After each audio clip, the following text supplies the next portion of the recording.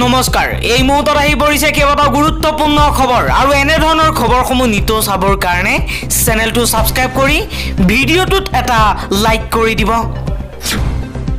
এই মুহূৰ্তত জনাই আছো এটা গুৰুত্বপূৰ্ণ খবৰ জম্মু কাশ্মীৰৰ পেহেলগামত সন্ত্ৰাসবাদীৰ বৰ্বৰতা কলিমা জনাৰ বাবে প্ৰাণ ৰক্ষা পৰিছে অসমৰ এটা হিন্দু পৰিয়ালৰ শিলচৰৰ শিৱালী পাৰ্কৰ বাসিন্দা এই পৰিয়ালটো অধ্যাপক দেৱাশিষ ভট্টাচাৰ্যৰ পৰিয়ালৰ সৈতে এই ঘটনাটো ঘটিছে।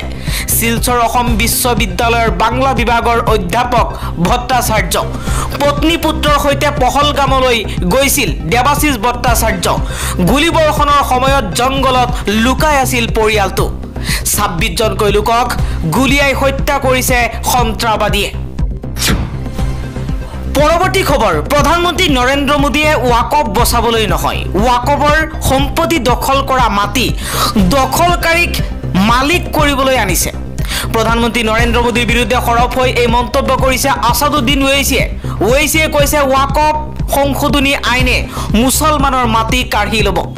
মুছলমানৰ পূৰ্বপুৰুষসকলে আল্লাহৰ নামত দান দিয়া মাটি এতিয়া দখলকাৰীক মালিক কৰিবলৈহে বিজেপি চৰকাৰে এই আইনখন আনিছে। পৰৱৰ্তী খবৰ উত্তৰ প্ৰদেশৰ মুখ্যমন্ত্ৰী যোগী আদিত্যনাথে মুছলমান বিৰোধী কাম কৰা আৰম্ভ কৰিছে। উত্তৰ প্ৰদেশ আৰক্ষীৰ নিৰ্দেশনা অনুসৰি এতিয়া প্ৰতিখন খাদ্যৰ দোকান বা গাড়ীৰ মালিকে নিজৰ নাম বৰ্ডত লিখিব লাগিব যাতে কোনো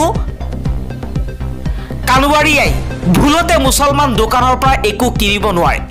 দক্ষিণ আফ্ৰিকাত ইয়াক বৰ্ণ বৈষম্য বুলি কোৱা হৈছিল আৰু হিটলাৰৰ জাৰ্মানীত বৰ্ণ বৈষম্য বুলি কোৱা হৈছিল।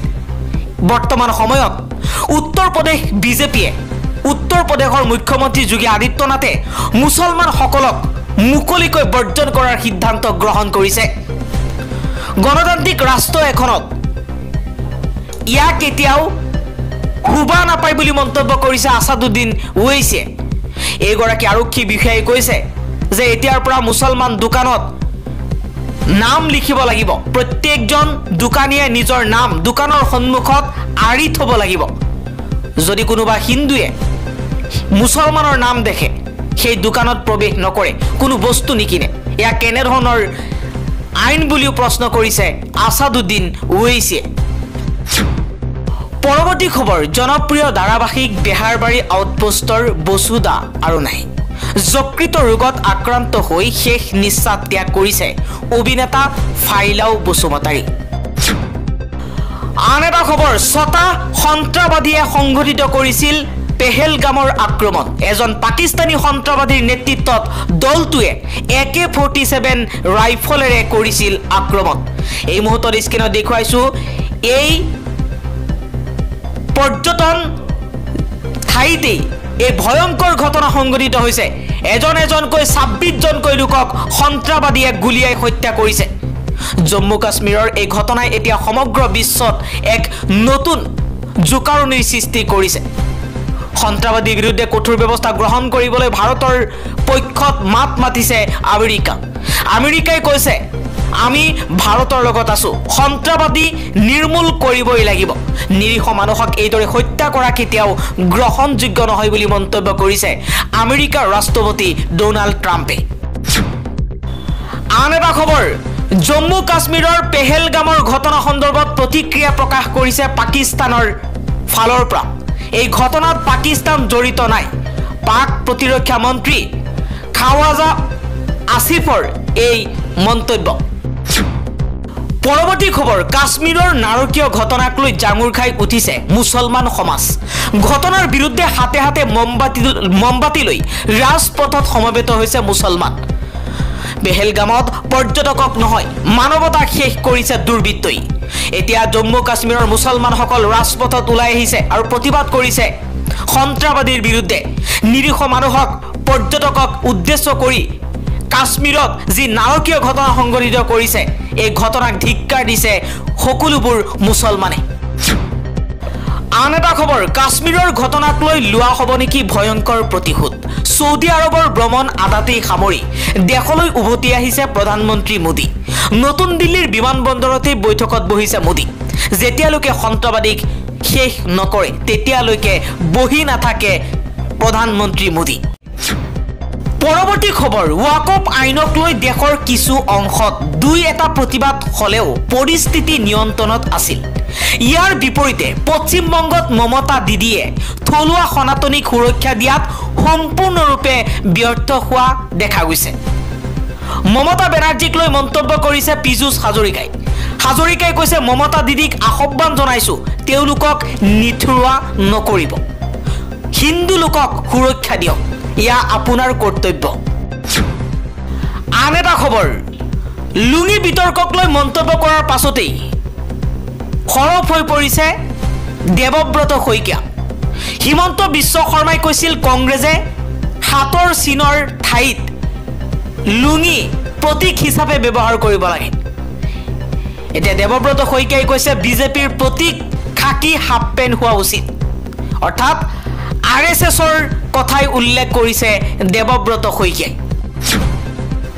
আন এটা খবৰ, জম্মু কাশ্মীৰৰ পেহেলগামৰ আক্ৰমণকাৰীয়ে ৰেহাই নাপাব, সন্ত্ৰাসবাদীক সকিয়নি প্ৰধানমন্ত্ৰী নৰেন্দ্ৰ মোদীৰ। শ্ৰীনগৰত অমিত শ্বাহৰ জৰুৰী বৈঠক। পেহেলগামত যিসকল সন্ত্ৰাসবাদীয়ে আক্ৰমণ চলাইছে কাকো ৰেহাই দিয়া নহ'ব বুলি মন্তব্য কৰিছে প্ৰধানমন্ত্ৰী নৰেন্দ্ৰ মোদীয়ে। আন এটা খবৰ, কংগ্ৰেছৰ বিৰুদ্ধে পুনৰ সৰব হৈ পৰিছে হিমন্ত বিশ্ব শৰ্মা। মুখ্যমন্ত্ৰী হিমন্ত বিশ্ব শৰ্মাই কৈছে কংগ্ৰেছৰ প্ৰথম আঁচনি আছিল লুঙি বিতৰণ আঁচনি। কংগ্ৰেছৰ চিন লুঙি হ'ব লাগে, লুঙিৰ ছবিতে ভোট খেলিব লাগে কংগ্ৰেছে। লুঙিৰ বাদে কংগ্ৰেছৰ হাতত একো আঁচনি নাছিল। লাকুৱাৰ পৰা পুনৰ কংগ্ৰেছক তাচ্ছিল্য কৰিছে মুখ্যমন্ত্ৰী হিমন্ত বিশ্ব শৰ্মাই। পৰৱৰ্তী খবৰ, মুখ্যমন্ত্ৰী হিমন্ত বিশ্ব শৰ্মাৰ বিৰুদ্ধে সৰব হৈ পৰিছে কংগ্ৰেছৰ বিধায়ক জাকিৰ হুছেইন সিকদাৰ। জাকিৰ হুছেইন সিকদাৰে কৈছে কংগ্ৰেছৰ হাতৰ চিহ্নৰ বাবেই আজিৰ মুখ্যমন্ত্ৰী হিমন্ত বিশ্ব শৰ্মা। আমি যদি দলীয় চিহ্ন লুঙি কৰিব লাগে তেন্তে বিজেপিয়ে দলীয় চিহ্ন কৰিব লাগে ইষ্ট ইণ্ডিয়া কোম্পানীৰ প্ৰতীক। আমাৰ সংগঠন যদি কেৱল সংখ্যালঘু অঞ্চলত আছে তেন্তে মুখ্যমন্ত্ৰীয়ে কিয় উজনি অসমৰ পৰা নিৰ্বাচনী প্ৰচাৰ আৰম্ভ কৰিছে? মুখ্যমন্ত্ৰী হিমন্ত বিশ্ব শৰ্মাক কঠোৰ সমালোচনা কৰি বিধায়ক জাকিৰ হুছেইন সিকদাৰে কৈছে যে কংগ্ৰেছৰ বাবেই আজিৰ মুখ্যমন্ত্ৰী হিমন্ত বিশ্ব শৰ্মা। তেওঁক কংগ্ৰেছে চান্স দিয়াৰ বাবে আজি মুখ্যমন্ত্ৰী হ'ব পাৰিছে। আন এটা খবৰ, সৰ্বত জেহাদ বক্তব্যৰ বাবে বাবা ৰামদেৱক ধমক দিলে দিল্লী উচ্চ ন্যায়ালয়ে। সকলো বিজ্ঞাপন উঠাই লোৱাৰো নিৰ্দেশনা দিছে। চলিত মাহত বাবা ৰামদেৱৰ এক মন্তব্যক লৈ বিতৰ্কৰ সৃষ্টি হৈছিল। পতঞ্জলীয়ে গ্ৰীষ্মৰ আৰম্ভণিতে বজাৰত মুকলি কৰিছিল এবিধ গোলাপৰ চিৰাপ। এই অনুষ্ঠানত ৰামদেৱে কৈছিল দেশত এটা কোম্পানী আছে যিয়ে চৰ্বত বনায়, আপুনিও সেই চৰ্বত ব্যৱহাৰ কৰে, কিন্তু এই চৰ্বত বিক্ৰীৰ পৰা পোৱা ধন মাদ্ৰাছা আৰু মছজিদ নিৰ্মাণৰ বাবে যায়। যদিও এই প্ৰসংগত ৰামদেৱে হামদৰ্দ কোম্পানীৰ ৰুখ আফজাৰ নাম উল্লেখ কৰা নাছিল, কিন্তু তেওঁলোকৰ বক্তব্যৰ লক্ষ্য যে সেইটোৱেই আছিল সেই কথা বুজিবলৈ কাৰো কোনো অসুবিধা হোৱা নাছিল। ৰামদেৱে কৈছে যদি আপুনি সেই চৰ্বত পান কৰে তেন্তে দেশত মাদ্ৰাছা আৰু মছজিদ নিৰ্মাণ হ'ব, কিন্তু যদি আপুনি পতঞ্জলীৰ চৰ্বত পান কৰে তেতিয়া গুৰুকুল নিৰ্মাণ হ'ব, আচাৰ্য কুলামৰ বিকাশ হ'ব, পতঞ্জলী বিশ্ববিদ্যালয় ডাঙৰ হ'ব আৰু ভাৰতীয় শিক্ষা বোৰ্ড বৃদ্ধি পাব। ইফালে ৰামদেৱৰ মন্তব্যক প্ৰত্যাহ্বান জনাই আদালতত গোচৰ তৰিছিল হামদৰ্দ কোম্পানীয়ে।